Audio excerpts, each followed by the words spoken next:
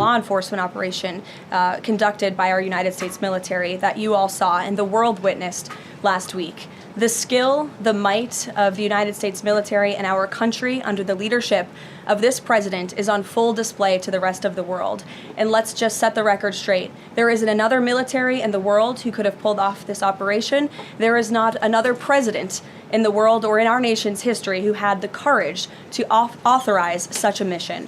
And I think the world has taken notice that America is truly back. We obviously have maximum leverage over the interim authorities in Venezuela right now, and the president has made it very clear that this is a country within the United States, the Western Hemisphere, close by the United States, that is no longer going to be sending illegal drugs to the United States of America. It's no longer going to be sending and trafficking illegal people and criminal cartels to kill American citizens as they have in the past. And the president is fully deploying his peace through strength foreign policy agenda. As you can see, the Trump regime is pulling out all the stops to justify their intervention in Venezuela. Threats against other sovereign nations who dare stand up to the administration's bullying and might is right style of ruling. They're not even trying to hide the truth here. Motivations behind this latest power grab from Trump, not at all. Has the Venezuelan government fully committed to turning over its oil to the United States indefinitely? And what happens if they do not?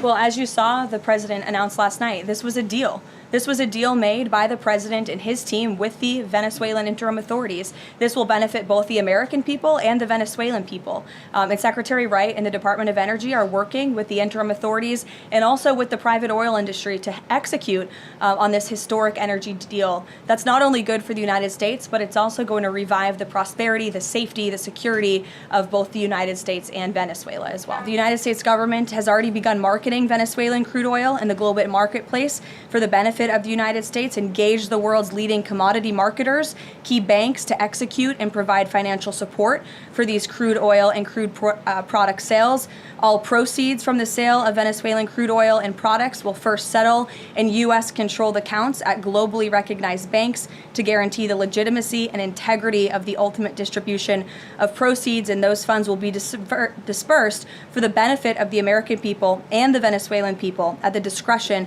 of the United States government. It sounds like it requires a lot of private sector engagement and agreement from the oil industry and the banking industry. Do you have that yet? There's a lot of private sector engagement that's happening right now. As you know, Secretary Wright, our energy secretary who's heading up this big project, is in Florida today meeting with some of these oil executives. And as we confirmed earlier, they will also be at the White House later this week. So they are absolutely eager to invest. They're eager about these opportunities. And Secretary Wright is a very well-knowledgeable guy when it comes to oil and energy, and he's the perfect man for the job. What is the message the president is going to give to the oil executives, and what does he want to hear?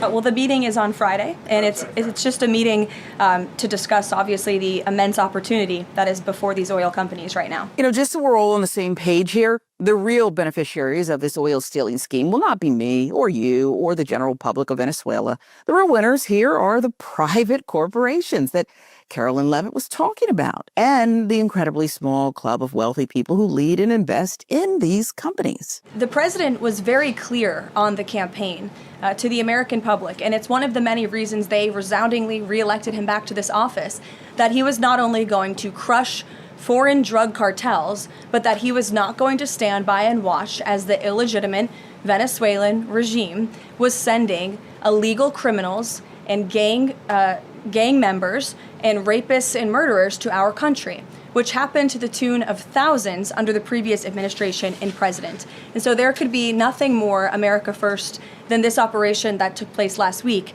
And I would just remind all of you in this room that there were innocent Americans like Jocelyn Nungare who lost their lives at the hands of dangerous Venezuelan criminals who were sent here by the Maduro regime. And that has been the president's North Star and guiding principle throughout his entire policy since January 20th. Watching Karoline Leavitt's presser, it is impossible to ignore the blatant desperation in this narrative. This entire ordeal is a textbook example of an administration trying to manufacture consent for a foreign intervention. By playing into racist stereotypes and tropes about immigrants, they are attempting to scare the American public into supporting a resource grab under the guise of national security. You have about 100,000 Americans dying of drug overdose, most of those drugs coming from Venezuela and other places, Colombia certainly as well. That's actually not true. It's not true that 100,000 Americans. The majority of the deaths by drugs in America are the result of meth and fentanyl. Almost none of that comes from Venezuela. So you're okay with massive amounts of cocaine traffic coming into the United States from Venezuela? No, I'm not saying that either. What I'm saying is if we want a real drug strategy, if we want to stop fentanyl and meth, which is largely what's killing our children and devastating our communities, then we need a real drug strategy to do that. But actually going and deposing a foreign leader and capturing them and now saying we're going to run the country, as Donald Trump just said on Saturday, he was indicted by the U.S. Justice that. Department. So we should just not follow through on action and indictments of our own Justice Department to bring him to justice in the United States. Otherwise, what's the point of these sorts of indictments? That is not at all what I'm saying, right? There are thousands of people who are indicted. But just because somebody is indicted, does that mean that we go and depose a leader and actually say we're going to run a country? Notice the rhetorical tactics Martha McCallum uses to shield the administration from any real accountability.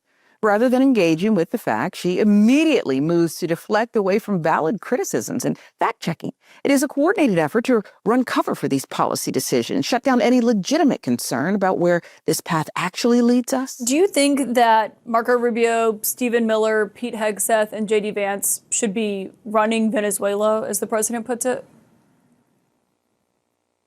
I would like to see our elected president and vice president and his administration running America. I think that's most important for the American people and our interest. And we have real problems here at home. We're nearly $40 trillion in debt.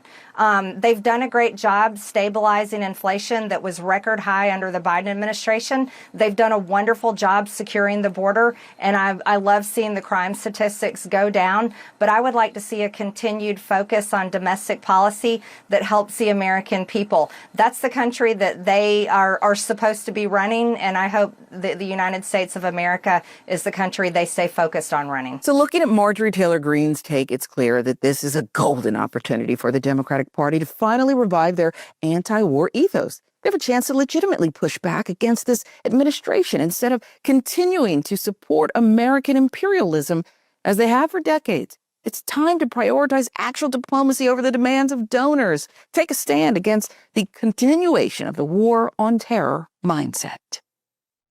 Hello, everybody. David Schuster here. Thanks for watching. If you found this reporting and commentary valuable, do us a favor and tap the like button.